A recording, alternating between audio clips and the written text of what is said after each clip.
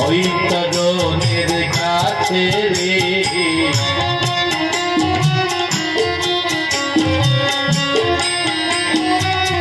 আবার বলছে সোজা লাল্লা সোজা রে লাল্লা সোজা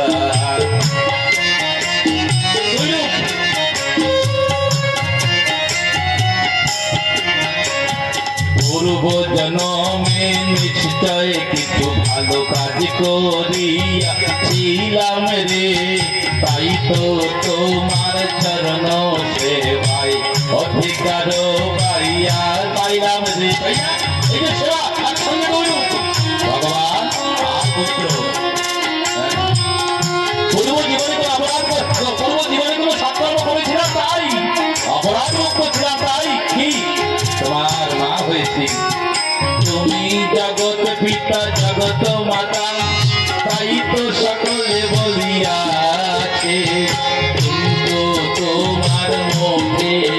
মারার শুনে জীবন সার্থক হইয়াছে কিন্তু তুমি পিতা কমাইব মাতা পিতা কমাইব তারপরে তোমার মুখে আমি মারা শুনতেছি একসঙ্গে বলিল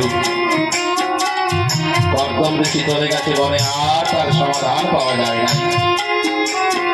একদিন মনে মনে বসে বসে ভাবছে ভগবানকে পেয়েছি তার প্রতি সাধনার ধরে কিন্তু সে বেশি দিন আমার কাছে থাকবে না এখন কি করতে হবে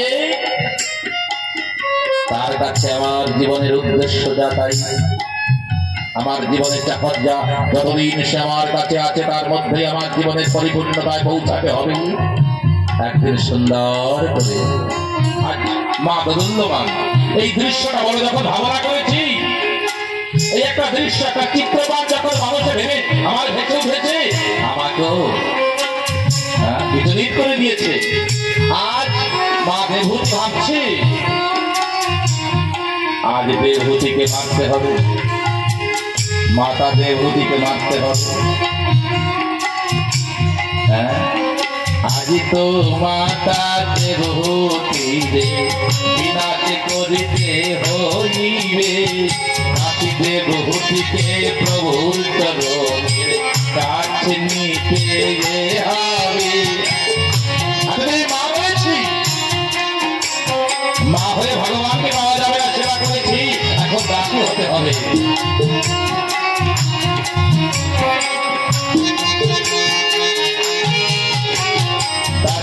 হইয়া তাহার চরণে মন প্রাণ সমর্পিব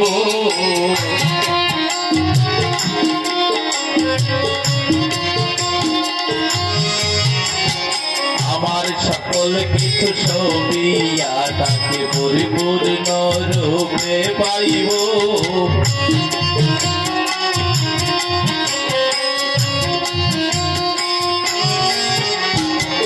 দাসী হতে হবে আজ ভগবানকে দাসী না হলে আমরা যখন দীক্ষা গ্রহণ করি তখন কি বলি তুমি কার দাস আমি শ্রী গুরুর দাস দাসের কর্তব্য কি গুরুদেবের চরণ সেবা গুরুদেবের চরণ সেবা এই তো দাস তাই মাতা দেবতী ভাবছে আজ মাতা দেবতীকে মারতে হবে দাসী দেবতীর সৃষ্টি করতে হবে তাই সুন্দর একটা ব্যাসগদ্দি তৈরি করেছে সুন্দর একটা আসন তৈরি করেছে ফুলের মালা তৈরি করেছে চন্দন ঘটেছে আর পুষ্প চয়ন করে রেখেছে মনে মনে ভাবছে কাল থেকে আমি আমার পুত্রকে এমন করে পাবো না কাল থেকে তো সে আমার পুত্র হবে না সে আমার গুরু হবে সে আমার ইষ্ট হবে সে আমার আরাধ্য হবে সে আমার ধ্যানের হবে এখন আমার পুত্র আমার কথা শোনে আমার পুত্র আমার কাছে বসে আমি তাকে যা বলি সে তাই করে আমি তাকে ঘুমাতে বলি সে ঘুমায় আমি তাকে ডাকতে বলি সে লাগে আমি তাকে আহার করতে বলি সে আহার করে না করলেও আমি জোর করে তাকে আহার করাই ঘুম করাই স্নান করাই কিন্তু কাল থেকে আর আমার অধিকার থাকবে না শুধু দাঁড়িয়ে থাকতে হবে কখন সে কি গ্রহণ করে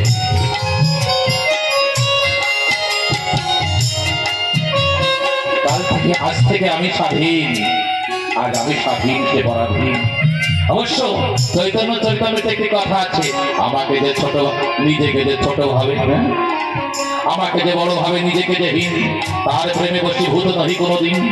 যে আমাকে বড় মনে করে, নিজেকে হীন মনে করে, আমি তার প্রেমে কখনো বশীভূত হই না। কিন্তু এখানে কি বলছে দেবহূতি? আজ আমি মা, আমি যা বলছি তাই সে করছে। কিন্তু কাল সে আমার ইষ্ট, সে আমার আরাধ্য, আমি তার চরণ সেবা করবো, আমি তার সেবার জন্য কামনা করবো। সে আমাকে যে আদেশ করবে আমি তাই করবো।